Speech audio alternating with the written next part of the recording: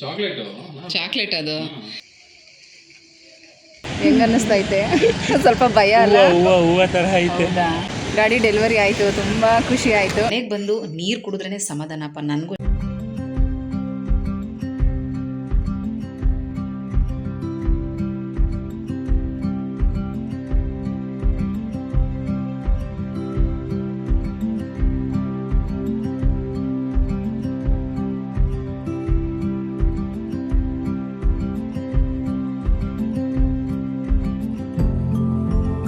ಜಗವೇ ನೀನು ಗೆಳತಿಯೇ.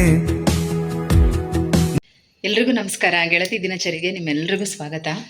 ಇವತ್ತು ಹೊರಗಡೆ ಹೋಗಿ ತುಂಬಾ ಸುತ್ತಾಟ. ಇವತ್ತಿನ ರೊಟೀನ್ ಹೇಗಿತ್ತು ಅಂತ ಈ ವಿಡಿಯೋದಲ್ಲಿ ಶೇರ್ ಮಾಡಿದ್ದೀನಿ, ನೋಡಿ. ಹೋಗಿದ್ದು ಒಂದು ಕೆಲಸಕ್ಕೆ, ಆದರೆ ಮುಗಿಸ್ಕೊಂಡು ಬಂದಿದ್ದು 2 ಕೆಲಸ. ಆದರೆ 2 ತುಂಬ ಒಳ್ಳೆ ಕೆಲಸನೇ, ತುಂಬಾ ಖುಷಿ ಆಯಿತು. ಆದರೂ ಈ ಬಿಸಿಲಲ್ಲಿ ಹೊರಗಡೆ ಸುತ್ತಾಡೋದಂತೂ ತುಂಬಾ ಕಷ್ಟ ಅನಿಸುತ್ತೆ. ಈ ಸಲ ಹೆಂಗಾಯಿತು ಅಂದರೆ ಚಳಿನೂ ವಿಪರೀತನೇ ಇತ್ತು, ಸಿಕ್ಕಾಪಟ್ಟೆ ಚಳಿ. ಒಂದಿನ ಏನಾದರೂ ಸ್ವಲ್ಪ ಬಿಸಿಲು ಕಾಣಿಸಿದ್ರೂ ತುಂಬ ಖುಷಿ ಆಗೋದು, ಯಪ್ಪ ಇವತ್ತು ಬಿಸಿಲಿತ್ತಲ್ಲ ಅಂತ.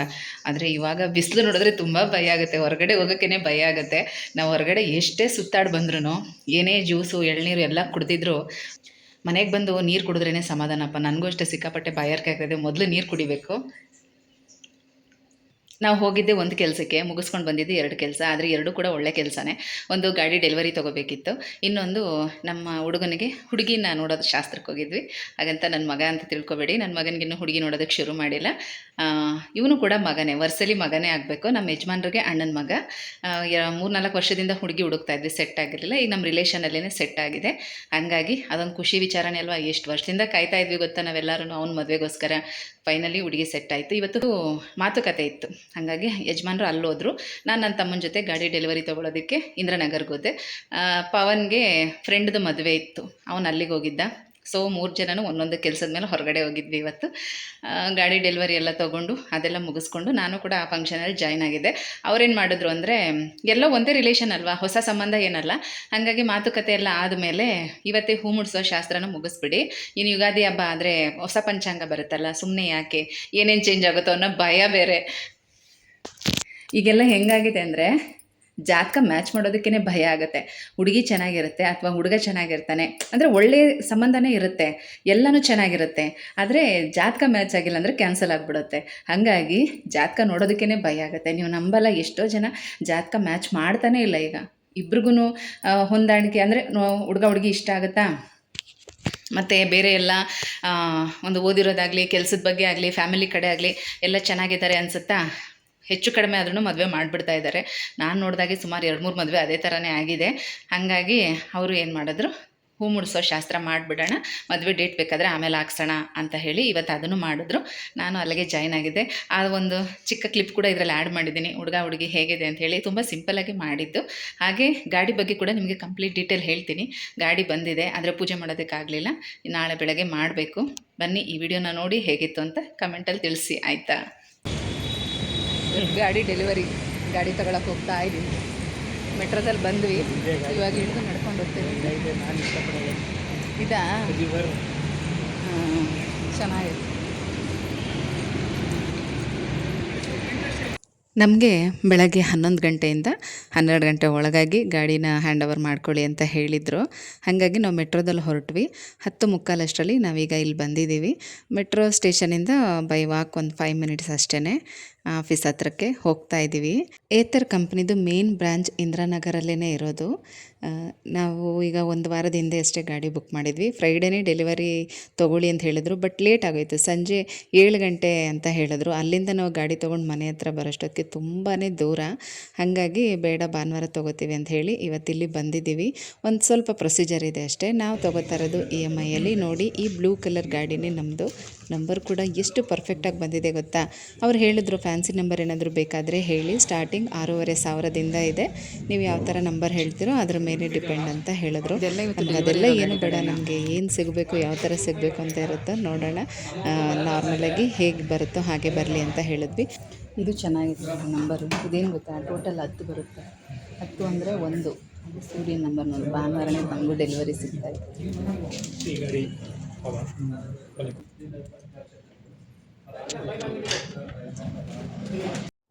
ನಮ್ಮ ತಮ್ಮನ ಹೆಸರಲ್ಲೇ ಗಾಡಿ ಬುಕ್ ಮಾಡಿ ನಾವು ತೊಗೊಳ್ತಾ ಇರೋದು. ಯಾಕಂದರೆ ನಮ್ಮ ಯಜಮಾನ್ರದ್ದು ಒಂದು ಸ್ವಲ್ಪ ಬ್ಯಾಂಕ್ ಅಕೌಂಟದು ಪ್ರಾಬ್ಲಮ್ ಆಗಿದ್ದರಿಂದ ಅವ್ರ ಅಕೌಂಟಲ್ಲಿ ಆಗಲ್ಲ ಅಂಥೇಳಿ ಆಮೇಲೆ ನನ್ನ ತಮ್ಮನ ಅಕೌಂಟಿಂದ ತೊಗೊಂಡಿದ್ದು.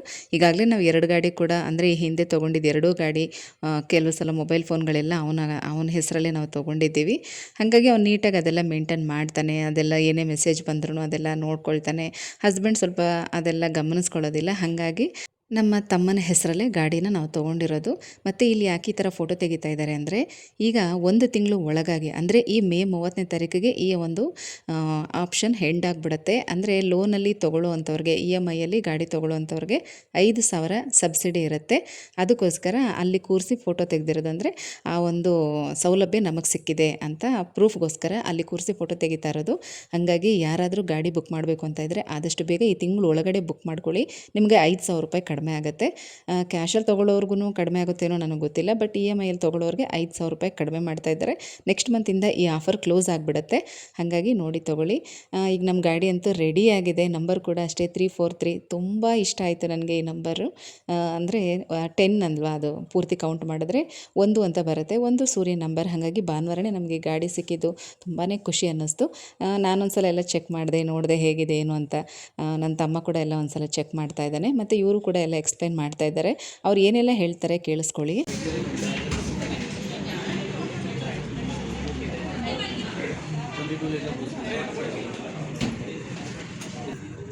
ಇದು ಮೋಡ್ ಚೇಂಜ್ ಮಾಡಿ ಬಟನು, ಇದು ಸ್ಟಾರ್ಟಪ್ ಬಟನ್ ಸರ್. ಇದು ಮೋಡ್ ಅಂದರೆ ಸ್ಪೀಡ್. ಹೌದು, ಗೇರ್ ಥರ ಅದು ನಾನು ತೋರಿಸ್ತೀನಿ. ಇದು low beam high beam adjust ಮಾಡಿ ಬಟನ್. ರನ್ನಿಂಗಲ್ಲಿ ನಿಮ್ಮ ಟಚ್ ಸ್ಕ್ರೀನ್ ವರ್ಕ್ ಆಗಲ್ಲ, ಮಾಡ್ಕೋಬೋದು. ಇದು ಇಂಡಿಕೇಟರ್ ಬಟನು, ಇದು horn button sir. Scooty on ಮಾಡ್ತೀವಿ. ಒನ್ಸ್ ನೀವು ಸ್ಕೂಟಿ ಆನ್ ಮಾಡಿದ್ಮೇಲೆ ಇಲ್ಲಿ ಒಂದು ಕರೆಂಟ್ ಗಾಡಿ ಅಂತ ತೋರಿಸುತ್ತೆ. ಓಡೋಮೀಟರ್ ಎವ್ರಿ 5,000 ಓಡೋಮೀಟರ್ ಸರ್ವಿಸ್ ಕೊಡ್ಬೇಕು. 5,000 ಓಕೆ. ಇಲ್ಲಿ ಚಾರ್ಜಿಂಗ್ ಪರ್ಸೆಂಟೇಜ್ ತೋರಿಸುತ್ತೆ. ಎಷ್ಟು ಚಾರ್ಜಿಂಗ್ ಪರ್ಸೆಂಟೇಜ್ಗೆ ಎಷ್ಟು ಕಿಲೋಮೀಟರ್ ಹೋಗುತ್ತೆ ಅಂತ ಟೂ ರೇಂಜಲ್ಲೇ ತೋರಿಸುತ್ತೆ. ಇದು ಮೋಡ್ ಟು ಮೋಡ್ ರನ್ನಿಂಗಲ್ಲಿ ತೋರಿಸುತ್ತಾ ಇದು? ಹೌದು, ಇದು ಮೋಡ್ ಟು ಮೋಡ್ ಡಿಫರ್ ಇರುತ್ತೆ sir. Mode to mode differ ಇರುತ್ತೆ. ಓಕೆ. ಮೋಡ್ ಇಲ್ಲಿ 61%ಗೆ 70 ಕಿಲೋಮೀಟರ್ ಓಡಿಸ್ಬೋದು. ಅದೇ ನೀವು ರೈಡಲ್ಲಿ 60 ಕಿಲೋಮೀಟರ್. ಓಕೆ. ರೈಡ್ ಅಂದರೆ ಸ್ಪೀಡ್. ಇದು ಸ್ಪೋರ್ಟ್ಸ್ ಅಂದರೆ ಸ್ಪೀಡ್ ಅಲ್ಲ? ಹೌದು. ಕ್ರ್ಯಾಪಲ್ಲಿ ಟಾಪ್ ಸ್ಪೀಡ್. ಇದು ಟಾಪ್ ಸ್ಪೀಡಾ? ಹೌದು, ಇದರಲ್ಲಿ ಟಾಪ್ ಸ್ಪೀಡ್ ಮಾಡ್ಬೋದು. ಬ್ಲೂಟೂತಿಂದ ನಾವು ಕನೆಕ್ಟ್ ಮಾಡೋಕ್ಕಾಗಲ್ವಾ? ಕನೆಕ್ಟ್ ಮಾಡ್ಬೋದು ಸರ್. ಥರ ಆ್ಯಪ್ ಇದೆ ಬರ್ತೀವಿ. ಈ ಥರ ಆ್ಯಪಿಂದ. Okay. And settings, profile settings, shut down. ನೀವೇನಾದ್ರೂ 2 to 3 ಡೇಸ್ ಸ್ಕೂಟಿ ಯೂಸ್ ಮಾಡಿಲ್ಲ ಅಂದರೆ ಇಲ್ಲಿ ಶಟ್ ಡೌನ್ ಮಾಡ್ಬೇಕು ಸರ್. ಇಲ್ಲಾಂದರೆ ಬ್ಯಾಟ್ರಿ ಡ್ರೈನ್ ಆಗುತ್ತೆ. ಮತ್ತೆ ಆನ್ ಮಾಡೋಕ್ಕೆ ಇನ್ನೊಂದು ಸೆಟ್ಟಿಂಗ್ ಕೀಸ್ನ ಪ್ಲಗಿನ್ ಮಾಡಿ ಟರ್ನ್ ಆನ್ ಮಾಡಿದ್ಮೇಲೆ ಒಂದು 2 ನಿಮಿಷ ಸರ್ ಆಟೋ ಆನ್ ಮಾಡುತ್ತೆ ಸರ್. ಆಟೋ ಮೇಲೇ ಇರುತ್ತೆ. ಇಲ್ಲಿಂದ ಇಂಡಿಕೇಟರ್ ಸೌಂಡು ಮತ್ತು Parker system on and off ಮಾಡ್ಕೋಬೋದು. ಇದು ಟ್ರಾಕ್ಷನ್ ಕಂಟ್ರೋಲ್ ಸರ್. ಇದು ಆನ್ ಮಾಡ್ಕೊಂಡು ರೈಡ್ ಮಾಡಿದ್ಮೇಲೆ ರನ್ನಿಂಗಲ್ಲಿ ಬೆಟರ್ ರೈಡ್ ಎಕ್ಸ್ಪೀರಿಯನ್ಸ್ ಸಿಗುತ್ತೆ. ಎ ಟೈಪ್ ಆಫ್ ರೋಡಲ್ಲಿ ನಿಮ್ಮ ಸ್ಕೂಟಿ ಸ್ಕಿಡ್ ಆಗಲ್ಲ, ಔಟ್ ಆಫ್ ಕಂಟ್ರೋಲ್ ಆಗಲ್ಲ ಸರ್. ನಿಮ್ಮ scooty 3 types of traction control sir. 5 AM full ಆಗುತ್ತೆ. ಅದ್ಮೇಲೆ ಆಟೋ ಕಟ್ ಆಗುತ್ತೆ. ಆಟೋ ಹೋಲ್ಡ್ ನೀವೇನಾದ್ರೂ ಅಪ್ಪಲ್ಲಿ ಡೌನಲ್ಲಿ ನಿಮ್ಮ ಸ್ಕೂಟಿ ಸ್ಟಾಪ್ ಮಾಡಬೇಕು. 2 ಬ್ರೇಕ್ದಲ್ಲಿ ಯಾವುದೋ ಒಂದು 1 ಸೆಕೆಂಡ್ ಪ್ರೆಸ್ ಮಾಡ್ಕೊಂಡು ರಿಲೀಸ್ ಮಾಡ್ತೀವಿ. ಆಟೋ ಬ್ರೇಕಿಂಗ್ ಆಗುತ್ತೆ, ಅದು ಹಂಗೆ ಇರುತ್ತೆ. ನೀವು ಹ್ಯಾಂಡ್ ಫ್ರೀ ಇರ್ಬೋದು. ಮುಂದೆ ಹೋಗುತ್ತೆ, ಸ್ವಲ್ಪ ಎಕ್ಸ್ಪೀರಿಯನ್ಸ್ ಕೂಡ ಮುಂದೆ ಹೋಗುತ್ತೆ. ಫಾಲ್ ಸೇಫ್ ರನ್ನಿಂಗಲ್ಲಿ ನಿಮ್ಮ ವೆಹಿಕಲ್ ಫಾಲ್ ಡೌನ್ ಆಗಿದ್ಮೇಲೆ ಮೋಟರ್ ಆಟೋ ಕಟ್ ಆಫ್ ಆಗುತ್ತೆ. ಎಕ್ಸೈಡ್ ಮಾಡ್ತಾರೆ. ಇಲ್ಲಿ ಕ್ರಿಕೆಟ್ ಲೈವ್ ಸ್ಕೋರ್ ನೋಡ್ಕೋಬೋದು. ಕನೆಕ್ಟಿವಿಟಿ ಇಲ್ಲಿ ಬ್ಲೂಟೂತ್ ಆನ್ ಆ್ಯಂಡ್ ಆಫ್ ಮಾಡ್ಕೋಬೋದು. ಇಲ್ಲಿ ನೋಟಿಫಿಕೇಶನ್, ಟೋಟಲ್ ನೋಟಿಫಿಕೇಶನ್. ಈಗ ಇನ್ ಕೇಸ್ ಈ ಸ್ಪೋರ್ಟ್ಸಲ್ಲಿ ಇರ್ತೀವಿ, ನಿಲ್ಲಿಸ್ತೀನಿ, ಎಕ್ಸೈಟ್ ಮಾಡಿದಷ್ಟು ಅಮೌಂಟ್ ಕಾಸ್ಟ್ ಆಗಿದೆ ಅಂತ ಫುಲ್ ಟ್ರಾಕ್ಷನ್ ಜಾಸ್ತಿ ಇರುತ್ತೆ. ಈ ಕಡೆ ಒಂದು ಸ್ಟಾರ್ಟ್ ಮಾಡುತ್ತೆ.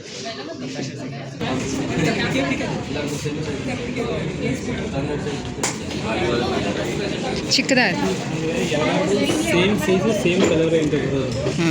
ಟ್ರೈ ಮಾಡಿ ನೋಡ್ತೀನಿ. ಇದು ಕಾಂಪ್ಲಿಮೆಂಟ್ರಿಯಾಗಿ ಈ ಹೆಲ್ಮೆಟನ್ನು ಕೊಟ್ಟಿದ್ದಾರೆ. ಅಂದರೆ ಎಲ್ಲರಿಗೂ ಕೂಡ ಇದು ಸೇಮ್ ಸೈಜು ಮತ್ತು ಸೇಮ್ ಕಲರಲ್ಲೇ ಬರೋದು ಅಂತೆಲ್ಲ ಹೇಳಿದ್ರು. ಬಟ್ ಸ್ವಲ್ಪ ಟೈಟ್ ಅನ್ನಿಸ್ತು. ಇಟ್ಸ್ ಓಕೆ, ಲೇಡೀಸ್ ಯೂಸ್ ಮಾಡ್ಬೋದು ಅದನ್ನು. ಹಾಗೆ ನಾವು ಕಾಯ್ತಾ ಇದ್ದಂಥ ಕ್ಷಣ ಬಂತು. ನಮಗೆ ಕೀನ ಹ್ಯಾಂಡ್ ಓವರ್ ಮಾಡಿದ್ರು. ತುಂಬಾ ಖುಷಿ ಅನ್ನಿಸ್ತು.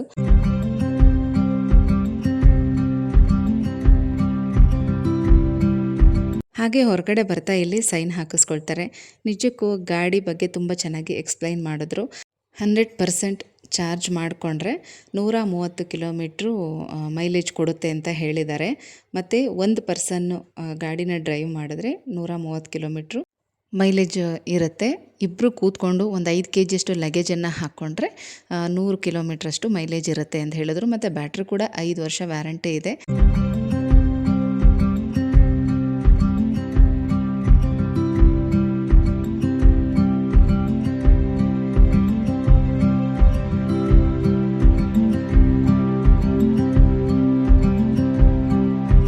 ಹೆಂಗೆ ಅನ್ನಿಸ್ತೈತೆ? ಸ್ವಲ್ಪ ಭಯ ಅಲ್ಲ? ಹೂವು ಥರ ಐತೆ. ಹೌದಾ? Full soft. ಆದರೆ ನಿಧಾನಕ್ಕೆ ಹೋಗೋಣ ಬಿಡು. ಗಾಡಿ ಡೆಲಿವರಿ ಆಯಿತು, ತುಂಬ ಖುಷಿ ಆಯಿತು. ಈಗ ದೇವಸ್ಥಾನಕ್ಕೆ ತೊಗೊಂಡೋಗಿ ಪೂಜೆ ಮಾಡಿಸ್ಬೇಕು. ನಾನು ನಮ್ಮ ತಮ್ಮನೇ ಇಬ್ಬರು ಬಂದಿದ್ವಿ. ಅವನ ಹತ್ರಲ್ಲೇ ತೊಗೊಂಡಿರೋದು ಗಾಡಿ ಎಲ್ಲ. ಚೆನ್ನಾಗಿದೆ. ಅಲ್ಲಿಂದ ಗಾಡಿ ತೊಗೊಂಡು ದೇವಸ್ಥಾನಕ್ಕೆ ಹೋದ್ವಿ. ಬಟ್ ಏನಂದರೆ ಇವತ್ತು ಭಾನುವಾರ ಅಲ್ವಾ, 12ರಿಂದ 1:30 ತನಕ ಯಮಗಂಡ ಕಾಲ ಇರುತ್ತೆ. ಹಾಗಾಗಿ ಗಾಡಿ ಪೂಜೆ ಮಾಡೋದಿಲ್ಲ ಅಂತ ಹೇಳಿದ್ರು. ಸರಿ ಅಂತ ಹೇಗಿದ್ರು ಪೂಜೆ ಸಾಮಾನೆಲ್ಲ ತೊಗೊಂಡು ಹೋಗ್ಬಿಟ್ಟಿದ್ನಲ್ಲ, ವಾಪಸ್ ಹೇಗೆ ತೊಗೊಂಡು ಬರೋದು ಅಂಥೇಳಿ ಅಲ್ಲೇ ದೇವಿಗೆ ಪೂಜೆ ಮಾಡಿಸ್ಕೊಂಡು ಬಂದ್ವಿ.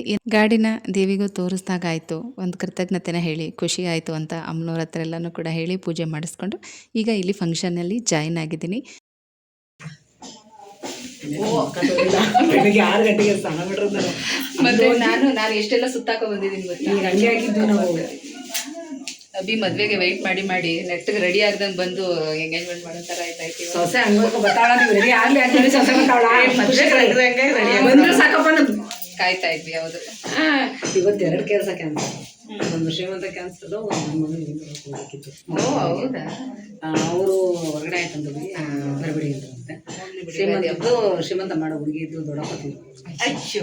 ಅವರು ಗುರುವಾರ ಪೋಸ್ಟ್ಪೋನ್ ಮಾಡಿ ಮುರ್ಸೋದು ಮಾಡ್ತೀವಿ. ಇಮಿಡಿಯೇಟ್ ರಾತ್ರಿ ಫೋನ್ ಅಂತಿಲ್ಲ. ಸದ್ಯ ಅದೇ ಹಿಂಸೆತ್ತಿದ್ದ ಅಲ್ಲೇ ಹೋಗ್ಬಿಟ್ಟು ನೀರಪ್ಪ ಅಂದ್ಬಿಟ್ಟು ಇಲ್ಲಕ್ಕೆ ಬರೋಣ ಆಯ್ತು. ಅಲ್ಲೇ ನಾನು ಎಲ್ಲಿ ಹೋಗೋದಿದ್ರು ಅವ್ನಿಗೆ ಆಟ ಆಡೋಣ, ನಮ್ಗೆ ಐತೆ ಕಣಶಬ್ಬ, ಅದಕ್ಕೆ ಬಂದಿದ್ದೆ. ಸುಮ್ಮನೆ ಸಡನ್ಲಿ ಬೇಜಾರು. ನಮ್ಮ ಯಜಮಾನರ ಅಣ್ಣನ ಮಗ, ಹುಡುಗಿ ಕೂಡ ನಮಗೆ ರಿಲೇಷನ್ನೇ ಆಗಬೇಕು. ಎರಡೂ ಕಡೆಯಿಂದನೂ ನಮಗೆ ಸಂಬಂಧನೇ ಆಗಿರೋದ್ರಿಂದ ಸಿಂಪಲ್ಲಾಗಿ ಈ ಒಂದು ಕಾರ್ಯನ ಮಾಡ್ಕೊಳ್ತಾ ಇದ್ದೀವಿ. ಯಾಕೆ ಅಂತಂದರೆ ಇವತ್ತು ಬರೀ ಮಾತುಕತೆ ಮಾಡಬೇಕು ಅಂತ ಅಂದ್ಕೊಂಡಿದ್ದು. ಆಮೇಲೆ ಅಲ್ಲಿರೋರೆಲ್ಲರೂ ಕೂಡ ಸೇರಿ ಇನ್ನೇನು ಎಲ್ಲರೂ ಇದ್ದಾರೆ, ಹೂ ಮುಳ್ಸೋ ಶಾಸ್ತ್ರ ಮಾಡಿಬಿಡಿ ಅಂತ ಹೇಳಿದ್ರು.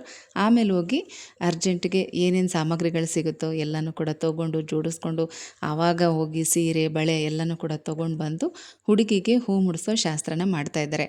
ಕೆಲವು ಸಲ ಹಾಗೆ ನೋಡಿ ಕಂಕಣ ಬಲ ಕೂಡಿ ಬಂದುಬಿಟ್ರೆ ಎಲ್ಲ ಫಟಾಫಟ್ ಅಂತ ಆಗ್ಬಿಡುತ್ತೆ. ಕೆಲವು ಸಲ ಎಲ್ಲ ತಂದಿಟ್ಕೊಂಡು ನಾವು ಕಾಯ್ತಾ ಇದ್ರೂ ಕೂಡ ಆ ಗಳಿಗೆ ಕೂಡಿ ಬರೋದೇ ಇಲ್ಲ. ಅದಕ್ಕೆ ದೊಡ್ಡವ್ರು ಹೇಳ್ತಾರೆ ನೋಡಿ, ಆಗ ಕಾಲಕ್ಕೆ ಎಲ್ಲನೂ ಆಗುತ್ತೆ ಅಂತ. ಆ ಮಾತು ನಿಜ ಅಂತ ಅನ್ನಿಸ್ತು. ಸುಮಾರು 3-4 ವರ್ಷದಿಂದ ಹುಡುಗಿ ಹುಡುಕ್ತಾ ಇದ್ದೀವಿ. ಅದು ಹೇಗಾಯಿತು ಅಂದರೆ, ಅಂಗೈಯಲ್ಲಿ ಬೆಣ್ಣೆ ಇಟ್ಕೊಂಡು ತುಪ್ಪ ಕೂರೆಲ್ಲ ಹುಡ್ಕಿದ್ರು ಅಂತಾರಲ್ಲ, ಆ ಥರ ರಿಲೇಷನ್ನಲ್ಲಿ ಹುಡುಗಿ ಇತ್ತು. ಬಟ್ ಆದರೆ ಗಮನಕ್ಕೆ ಬಂದಿರಲ್ಲ. ಹೊರಗಡೆ ಎಲ್ಲ ಸುತ್ತಾಡ್ತಾ ಇರ್ತೀವಿ, ಆ ಊರು ಈ ಊರು ಅಂತೆಲ್ಲ ತಿರುಗಾಡ್ತಾ ಇರ್ತೀವಿ. ನೋಡಿದ್ರೆ ನಮ್ಮ ಮನೆಯಲ್ಲೇ ಇರ್ತಾರೆ. ಅದು ಟೈಮ್ ಬಂದಾಗಲೇ ಗೊತ್ತಾಗೋದು. ಒಂದೇ ಫ್ಯಾಮಿಲಿನಲ್ಲೇ ಆಗಿರೋದ್ರಿಂದ ಹೆಚ್ಚಿಗೆ ಖರ್ಚು ಯಾಕೆ ಮಾಡಬೇಕು ಅಂತ ಅಂದ್ಕೊಂಡು ಸಿಂಪಲ್ಲಾಗೇ ಮಾಡ್ಕೊಂಡಿದ್ದು. ರಿಂಗ್ ಎಕ್ಸ್ಚೇಂಜ್ ಒಂದು ಇರಲಿಲ್ಲ ಅಷ್ಟೇ, ಮಿಕ್ಕಿದ್ದೆಲ್ಲ ಎಂಗೇಜ್ಮೆಂಟ್ ಥರನೇ ಎಲ್ಲನೂ ಚೆನ್ನಾಗಾಯಿತು.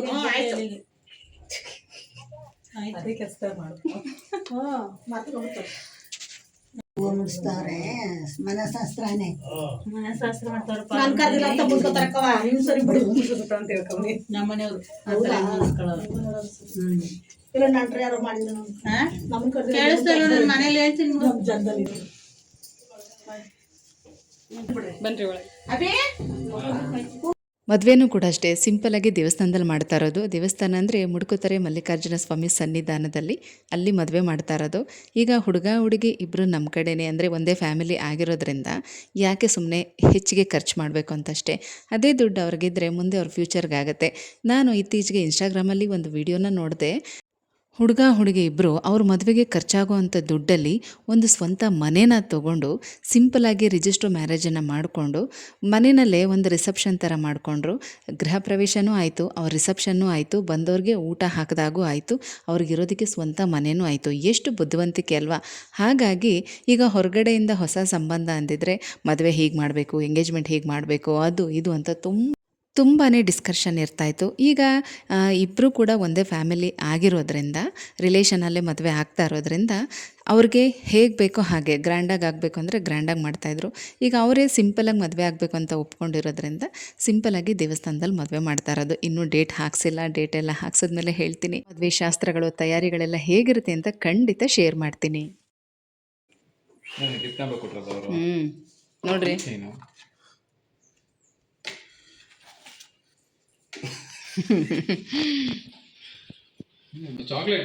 ಚಾಕ್ಲೇಟ್ ಅದು. ಹೌದಾ? ನಾನೇನೋ ಅನ್ಕೊಟ್ನಲ್ಲ. 4 ಜನಕ್ಕೆ 4 ಚಾಕ್ಲೇಟಾ ಅದು? ಇದೇನು? ಹಾಂ, ಇಲ್ಲಿ ನೋಡ್ರಿ.